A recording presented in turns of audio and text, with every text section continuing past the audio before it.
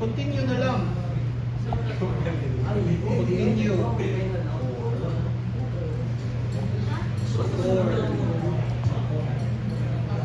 So let's say this is F1.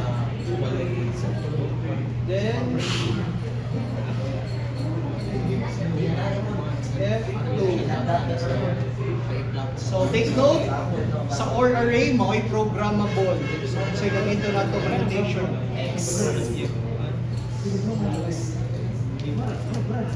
Sus, ayun na rin yan ng Rome, oy. Tingnan na, ako na rin ang pag-answer na eh.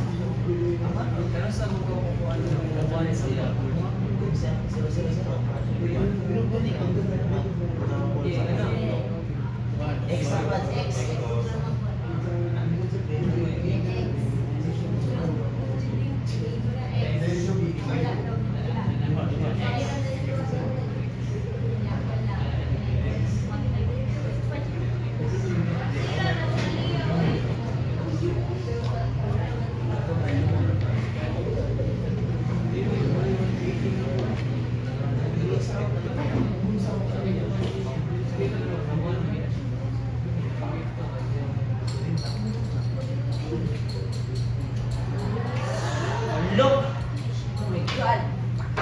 Nice one.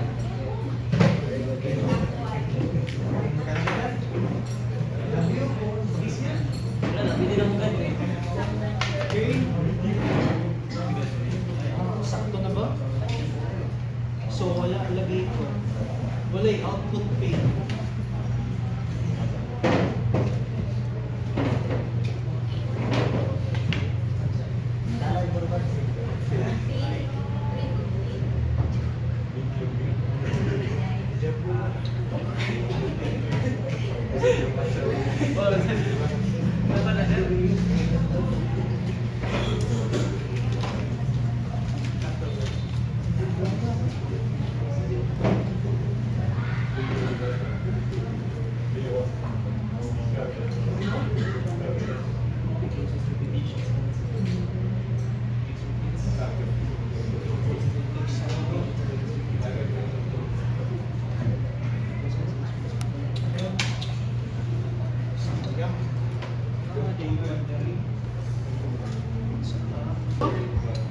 So again, sa AND array, connected siya using fixed notation. Nya, the rate, gamit ang X. So meaning programmable part. So that's how we differentiate the ROM from other PLAs. Okay? Ito yung proportion. Anyway, same na nag-idea. Okay. Next, we have the PLA. Okay? So, sa PLA, both the AND array and the OR array are programmable. Okay? So, dili pareha sa ROM nga i-generate ang tanang minterms. Okay? So, let's move forward. Okay? Let's look at the design phase of a PLA. So again, there are two outputs para sa kaning circuit in PLA. Gitawag na itong F1 and F2. So we have here your F1 na came up and this is your F2 na came up. Now as you can see, ang grouping na to, okay, wala ni nato siya gi-appeal or nato siya i-consider ang kaninga grouping, but instead we use this grouping over here. Okay? Kaya nga naman. Okay? So it is because what we will do next is to list all, okay, your product terms na nagamit. Okay? So based there is atong example, you have B complement C complement and A complement C. Okay, so dara. And on this one, we have A, B complement, o A complement, B, o nanang point A complement, C, which is again, kani. Kaduha. Okay, so imagine, if kani ang ato ang gipili, that is B complement C. That means mag-add na pud ta diri og laing product term. So, kalas siya og an array. Okay? But with this one, di ba, we were able to utilize A complement C. So, common si A complement C sa output, F1 and F2. Okay? So, visual ang pag-identify nato. Okay? Makita mo na to, kaninga group o kaninga group na-exist. So, mana to i-prioritize. Labi na multiple outputs para ma-reuse na to ang kana nga product term. Okay? So, again, A is complemented, butangag 0. A is uncomplemented, butangag 1. Since wala si C, mark C with a dash line, indicating na wag siya appeal sa imuhang gamiton na i-connect sa AND. Okay? So, in short, kana ang fuse, pabutho na to para wag siya ilapot sa connection. Okay? So, those na yung mga dash, mo na ang mga gipabutog. Okay? So, this here comprises your programming for an array. The array comprises the connection for the OR array. Okay? So, kinsa may connected sa F1. So, si A complement C o B complement C complement. Kinsay connected kang F2. So, si A complement B, A complement C, and A complement.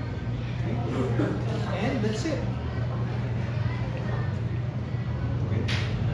So, creating the program.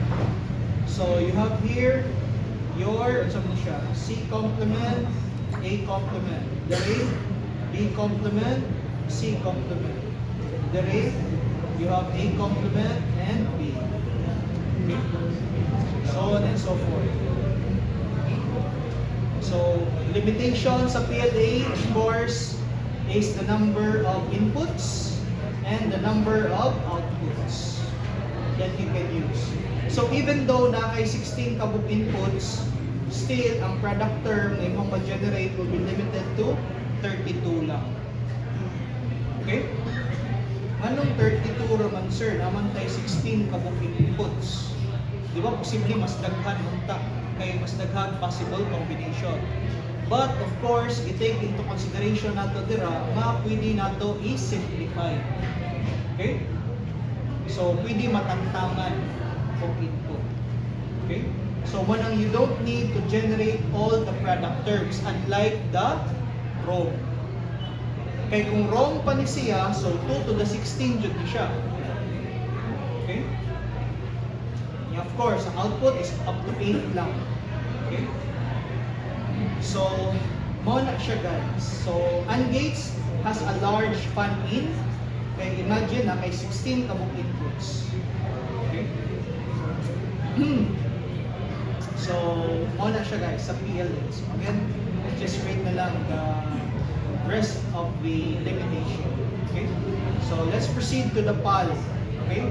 So, as intended here, PAL is cheaper compared to PLAs for the reason that ang programmable part na niya is an array lang. Ang OR array is already fixed. Okay? So, given that notion, this is the general structure of a PA. Okay? So, programmable part, ang AND. Okay? So, let's look at an example of a configuration in a PLD for a PAL. So, kita ninyo dire, naka-fix ang connection sa board. Kunya, dire, programmable ang sa Okay? Now, let's look at this problem. Okay? So, natay duha ka output yapon. And this is what we get after performing K-mapping. So, wala may common nga mga terms. Okay?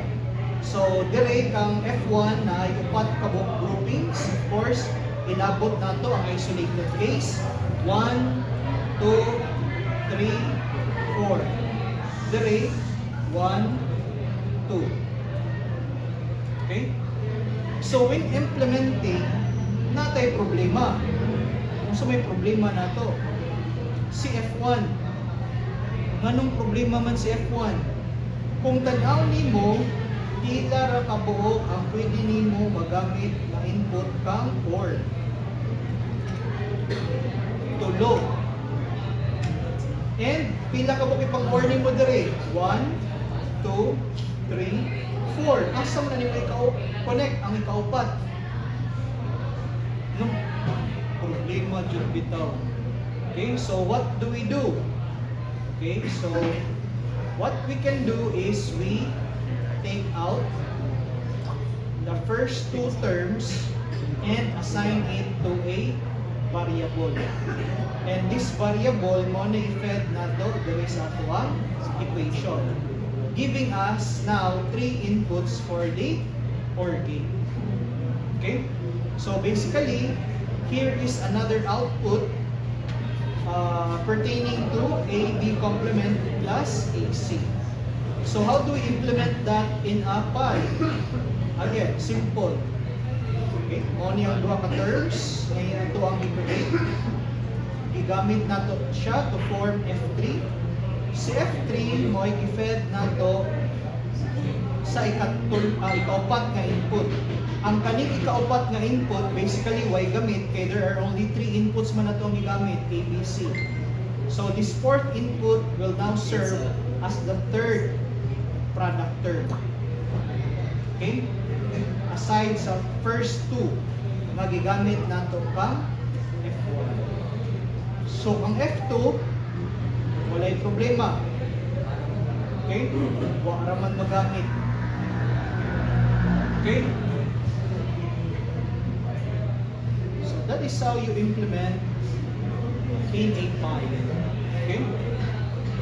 So, manay problema kay limited man ang hardware. So, makita kang pamagi. Usaw ni mo ba manipulate such that there will only be 3 inputs para sa imong OR gate as based on the limitation of this hardware. Okay. So again, here is an alternative way of implementing inverters. So kato ganina, ang pag-implement nato sa inverter is basically putting a fuse in parallel with an inverter. Okay, kung ganahan ka ma-invert ang output, pabuton ang fuse. Kung ganahan ka buffer lang, then ayaw pabuta ang fuse para limuwag ang kurente. So it will act as a buffer. This one gagamit og XOR. Okay? So kung ang output nato or ang input nato dire is nakaset sa 0, the XOR will simply be acting as a buffer. But kung pabuto na to ang fuse, that means ang mo connect dire sa input will now be 1. And if 1 in the input is high, the XOR now will be working as an inverter. Okay, so again, typical operation of an XOR gate. Okay? So GAL, GAL. So GAL is just a direct replacement for your PAL. So pare-pareha ra pud siya og style sa pag-program. Okay? So napoy mga PIL devices wherein electrically erasable ang content niya. So meaning reprogrammable. Okay? So muna guys, ang atuang gitawag na SPLDs. Okay? So probably nakabantay mo, there are chips that look like this on some of your electronic products.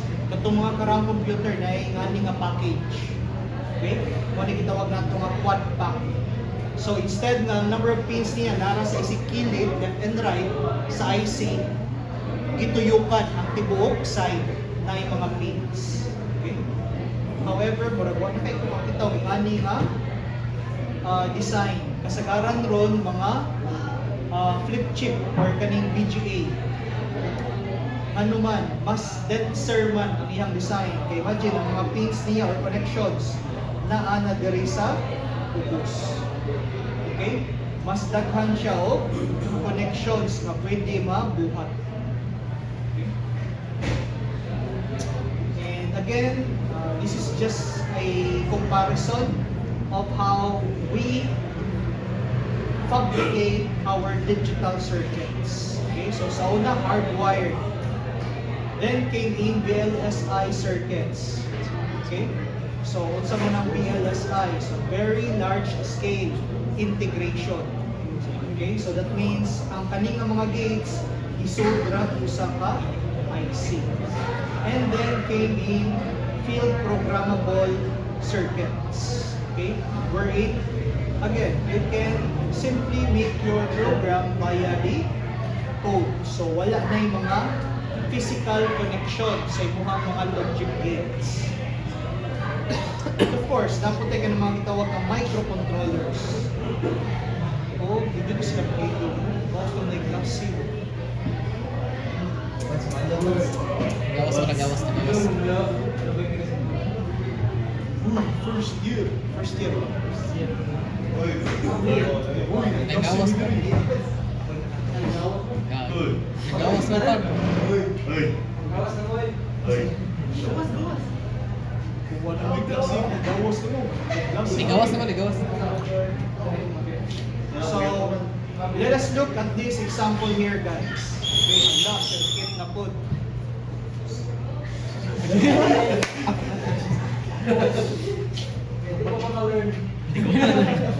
Thank you. So, let's look.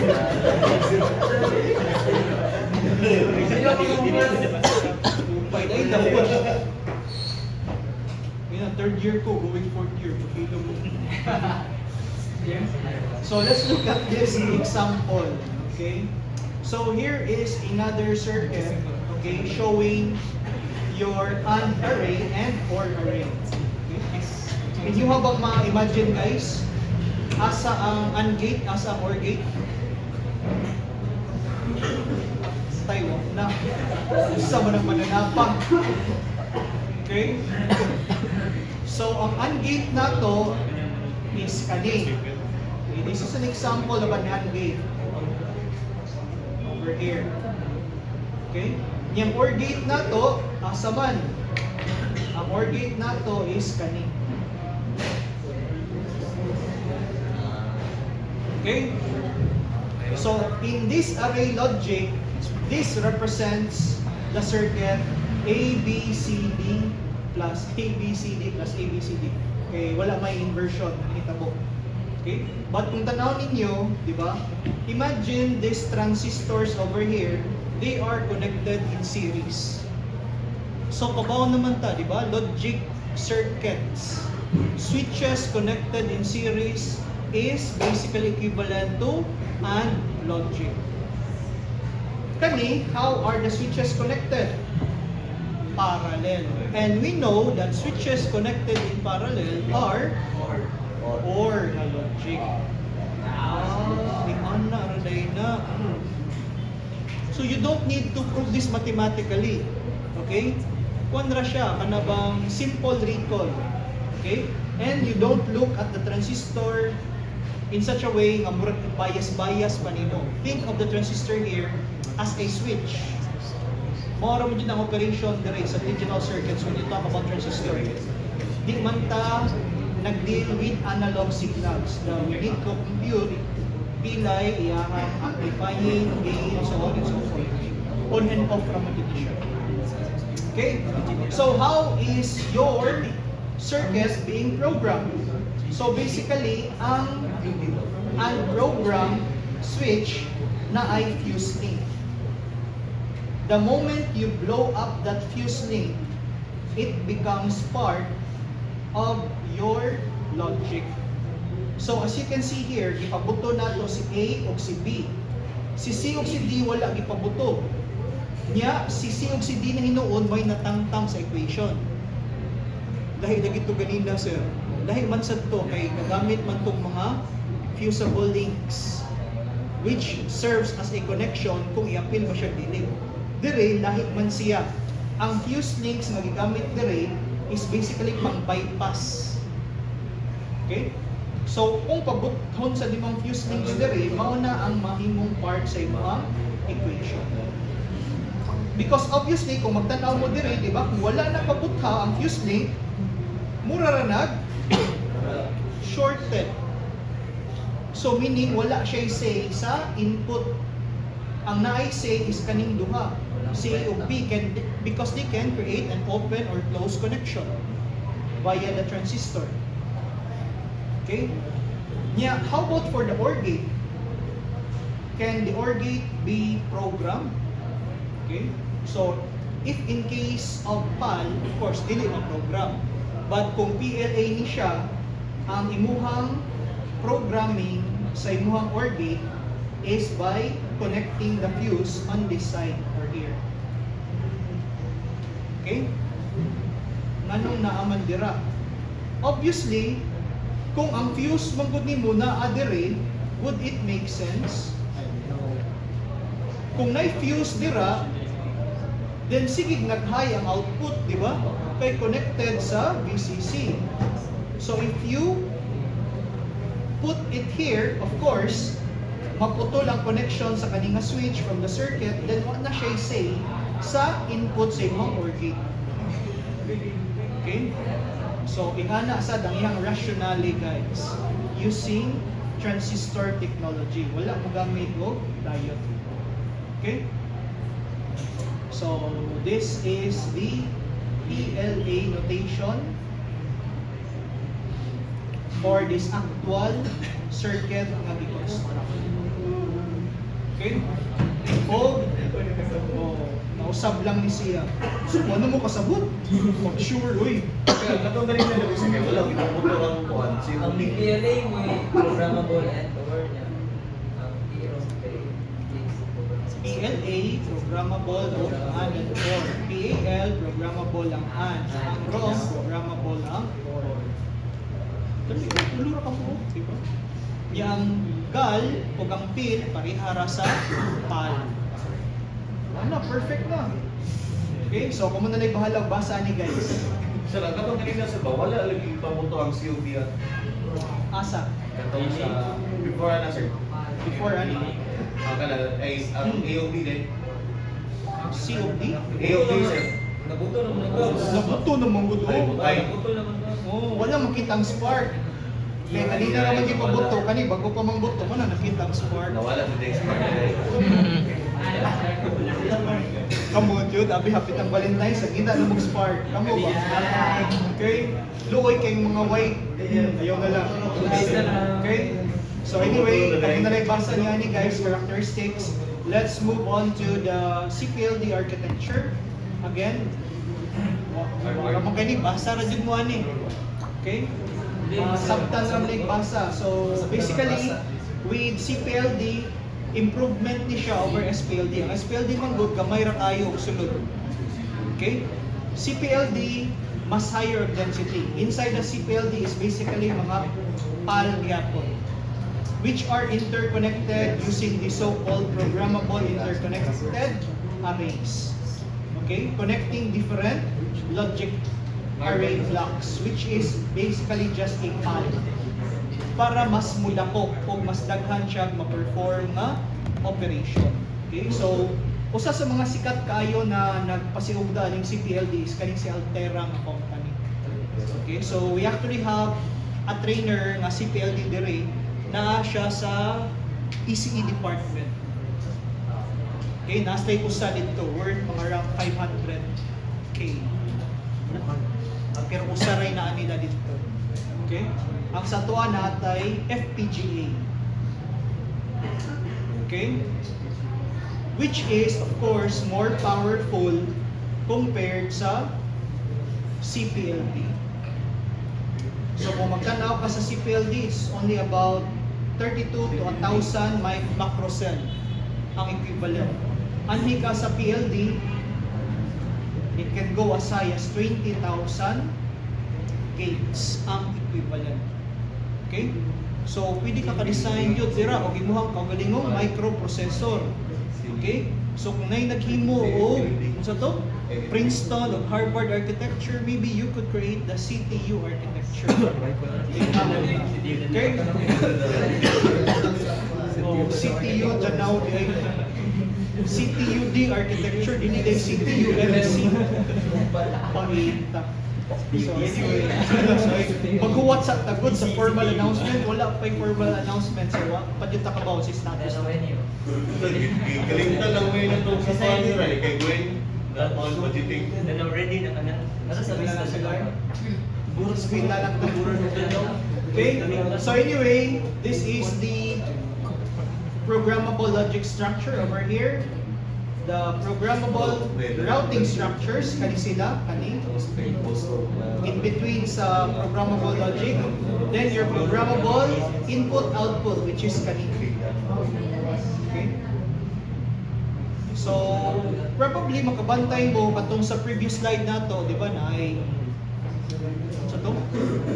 digital circuits, then ay ASIC, na ay FPGA, then sa ubos na ay microprocessor. Okay, now, this na to ma-compare si FPGA with that of your microprocessor. Sa microprocessor man good, when you run your program, everything is executed sequentially.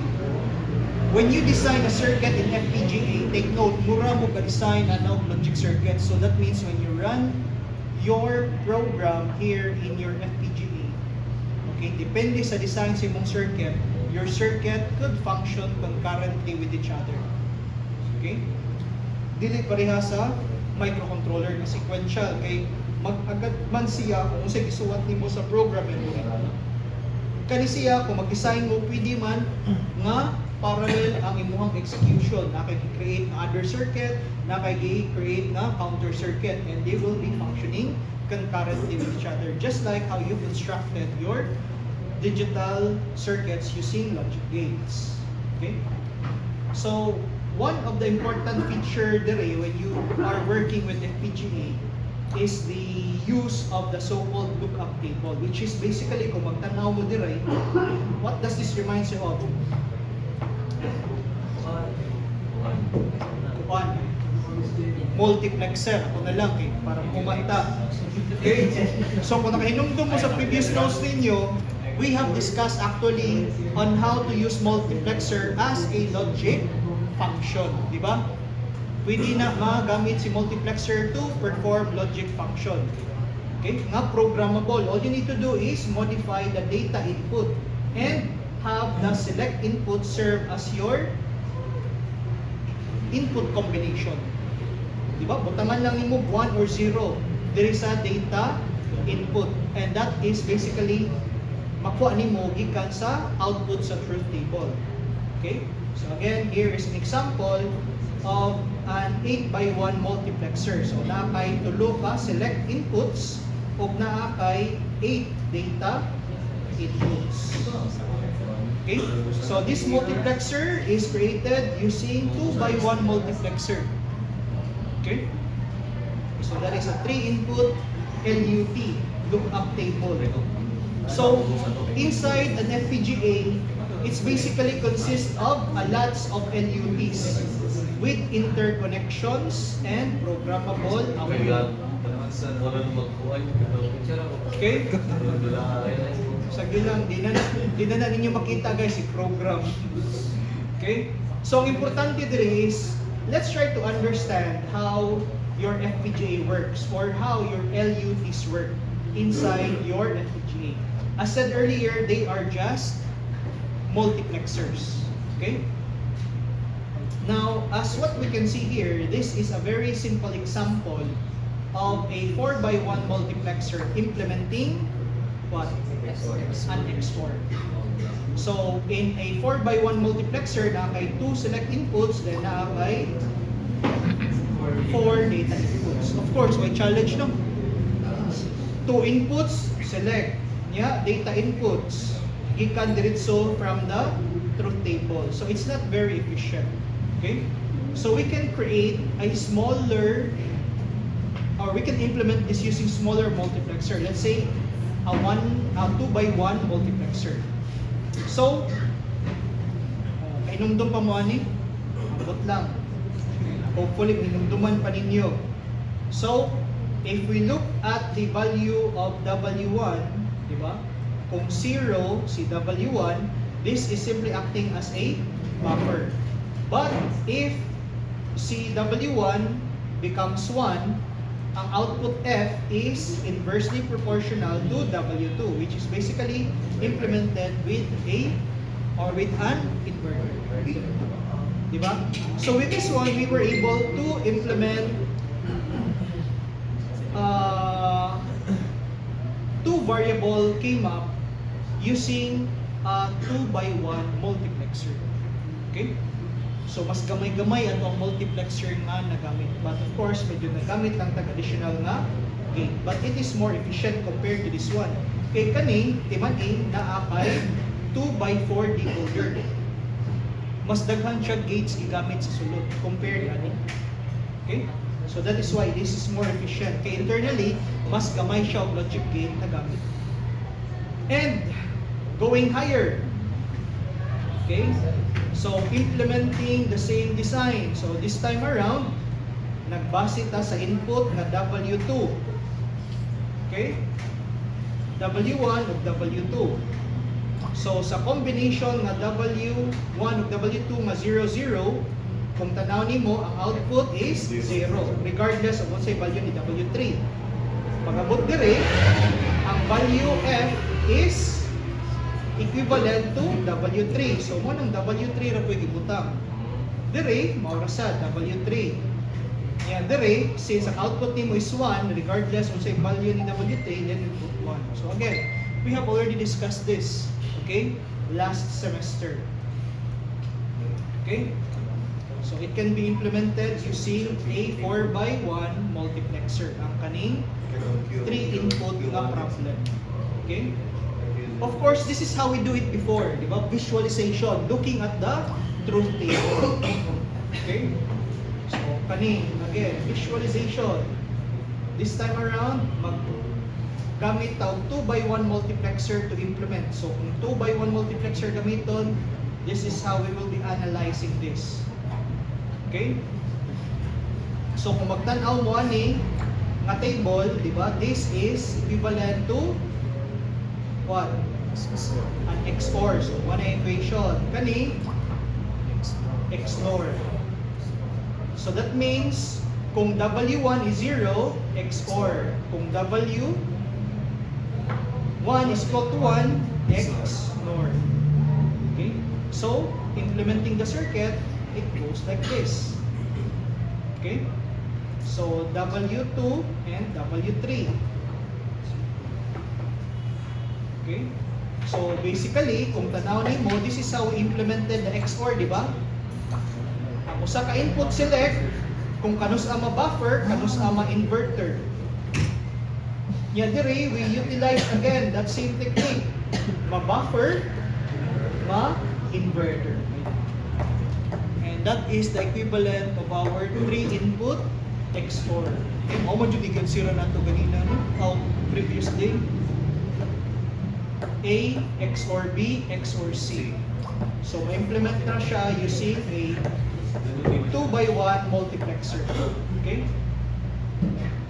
So, what if mo gamit yung 4x1? That means, ingani na sa dato ang implementation. Okay? Kaya na kinagawin. Ano na, 0, 0. Asa mag-agree? Diba? W3. Dire, inverted. Dire, inverted. Dire, W3. Diba? Lagi. Nya, kani may lingaw guys. Shannon expansion theorem. Sa una, nagsulbad ta ni visual base sa truth table. We look for the pattern. Mao ni siya ang inang tag Boolean algebra. Kung kani kay mapping, kani mo'y Boolean algebra. Okay? So, basahan na lang na ha. Kung nalay basa, then let me just show you the example kung saan siya pagsabot. Okay? So, given this problem, ang sisunod yung klase? Sir Derek? Sige na. Gamay lang ta. So, looking at this example, sa W1, 0, si W1 is 1.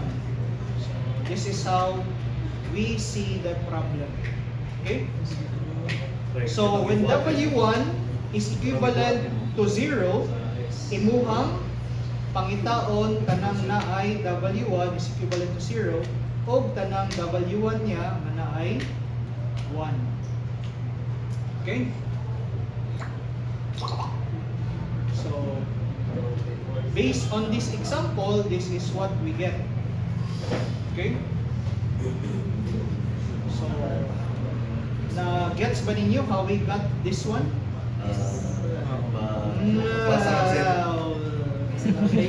Okay? Oh, kung 0, tanawa. W2 and W3, di ba? Mao man ni siya. Di ba? Nya, kani sir, hindi man nagikan W2 plus W3. Gikan dire. So take note, kung imuha ning i-combine W2 complement W3, di ba? What does this results? W3. Nya kani i-combine nimo, ug kani i-combine nimo, unsay result? W2. Mao di ay i-simplify na di ay. Wa man gud step by step sir. Mao na siya step by step. So samtang na sunod sa buwan nato. Okay. So this is from the Shannon theorem. This is for your W complement and W1. So constructing the circuit, mo ni ang simplified circuit. Okay? So napay another technique dire nga gigamit nato using Shannon's theorem. Okay? So this is the equation. Okay? So for the function kuno nga sa to base dire sa iyang definition, you can create a function wherein one variable x and the variable function of x when it is equal to 1 and when if x is equal to 0. Okay? So mo niya itong gibuhat dire. Okay? Naghimot ang function wherein w is equivalent to 0 and w is equal to 1. So if w is equal to 1, obviously makuha nimo dire, di ba? Makuha po nimo si W1 dire. How about dire? Nganong gi-appeal siya dire sa equation? Because di ba with W3, that means W1 is what? Unsa may equivalent ani, di ba? Is equivalent to W1, W2, W3, W1, W2, W3 nga complemented, di ba? Mo equivalent. So meaning W1 could exist as complemented or uncomplemented. Mao nang naasad siya diri. Di ba? Unya, unsa man ni W1 times 2, W1 times W3 which is kani. Okay ra. But diri nganong gi-appeal man na sila sir si W2 ug W1. Take note, i-multiply man sa nimog 0. So meaning if you multiply this here, no change in the equation. So equal ra siya ani. Okay? So this guys is the implementation of the circuit. When W1 is 0, when W1 is 1. So kani ang circuit ay mong i-construct which is similar to this one ra po. Again, kani ato lang gi-solve mathematically using the Shannon's theorem. Okay? So again, there are more examples here for you to see. Kamo na lay bahala explore ani. Atuwa naman ang gibutang step by step. I-relate na lang na siya sa inyong nakatunan before sa Boolean algebra.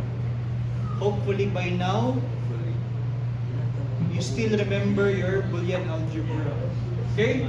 So kanitanan guys, again, ma-explain ra jud with Boolean algebra. Okay? So probably kani usa sa mga makalibog siguro ninyo no. Unsa man ni sir? Okay? So dire take note, i-implement man using 2x1 multiplexer. Okay? So that means you only focus on W1 nga variable.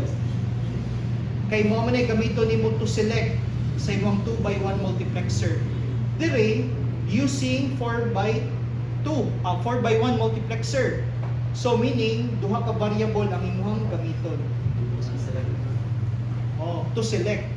Then if you are using a 4x1 multiplexer, that means how many combination for the select inputs? 4, di ba? 0, 1, 2, and 3. Nya tanaw sa nimo unsa may function, okay, nga i-appeal nimo dire when W1 is complemented and W2 is complemented. So masubay na nimo dire guys. Okay? So W3 is complemented. Okay? Now as you can see, di ba? Kani nga function is basically just equivalent to W1 complemented, W2, W3 complemented, plus, di ba, W1, W2 complemented o W3. Sakto, dili? Sakto, no? Nya kani asa nato nakit-an? Nakit-an nato siya diri. Di ba? So kaning duha equivalent ra day ni siya ani. So wala kay giusab sa equation. Okay? So you just expand it using Boolean algebra. Okay? So again, more examples here. Kamo na lay bahala ni. Okay? So di ra mo masaag yan ni. Kung masaag mo, gamita si ChatGPT. Okay, so that will be our lesson for